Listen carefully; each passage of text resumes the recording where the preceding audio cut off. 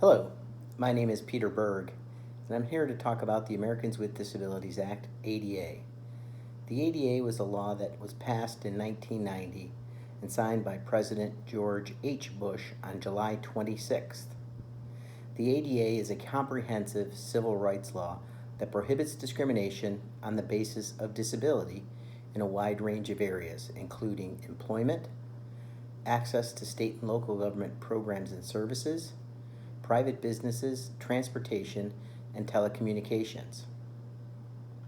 Nearly 1/5 of the U.S. population are persons with disabilities. It is the largest minority group in the United States. Many people benefit from the protections provided under the Americans with Disabilities Act. The employment provisions of the ADA apply to private employers that have 15 or more employees, as well as state and local governments, job placement agencies, and unions. The employment provisions of the ADA cover all aspects of the employment process, from recruiting, interviewing, hiring, firing, promoting, and any benefits associated with employment. One of the core requirements of the ADA is the obligation for an employer to provide a qualified applicant or employee with a disability a reasonable accommodation. A reasonable accommodation is any change in the way that things are normally done in the workplace. For example, during the application process, an applicant that is deaf may require the use of a qualified sign language interpreter in order to fully participate in the interview process. An employee with a disability may need a reasonable accommodation on the job in order to perform essential functions of the job. This could include providing assistive technology for an employee that is blind. It could be remodeling or altering the office space for someone with a mobility disability, widening doors, making bathrooms accessible, rearranging and restructuring workstations so that individuals that use wheelchairs can reach items that they use to perform their job. Other accommodations can include modifying work schedules, modifying start times, and reassignment to vacant positions. The ADA also requires equal access to any benefits associated with the job. That includes parking as well as health insurance benefits. State and local governments must make all the programs and services they provide accessible to and usable by people with disabilities. They have an obligation to ensure that all programs are usable by people with disabilities, and this applies to all aspects of state and local government. There are obligations to ensure effective communication with individuals with sensory disabilities, so that would be individuals that are deaf, hard of hearing, blind, low vision, or individuals with speech disabilities. The ADA also requires that transportation provided by state and local governments be accessible and that accessible vehicles be purchased for persons with disabilities. Businesses have an obligation to ensure that the goods and services they offer are accessible to people with disabilities. One of the things that is most misunderstood about the ADA is that there is some sort of grandfather clause under the ADA, so that if a business does not alter its building, they don't have to make any changes to make it more accessible for people with disabilities.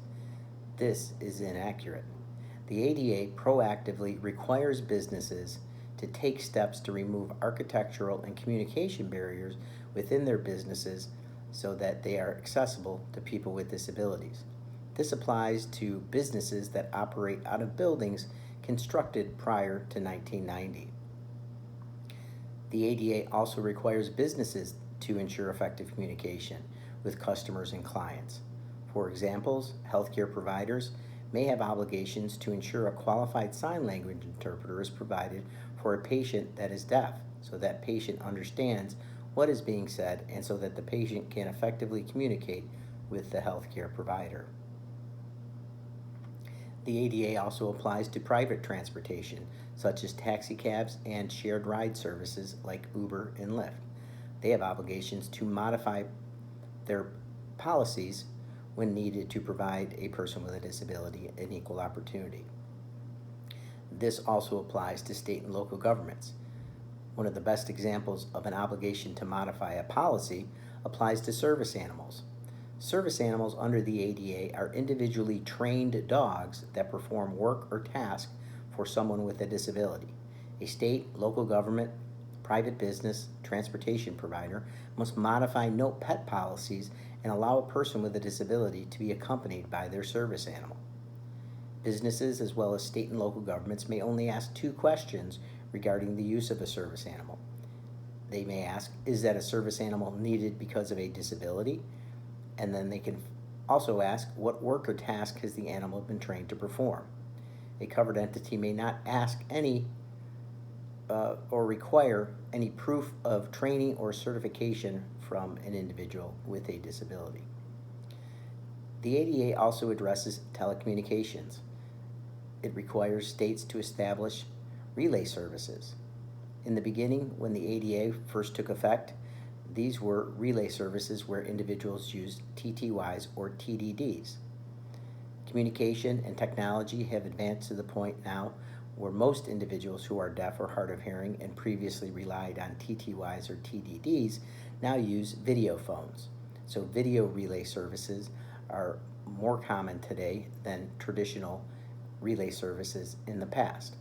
Either way, it allows persons who are deaf or hard of hearing or who have speech disabilities to communicate with individuals who use standard telephones. So businesses, as well as state and local governments, must take phone calls from individuals who are using relay services, whether this is a TTY relay service call or it's a video relay call. These are just some of the provisions under the ADA.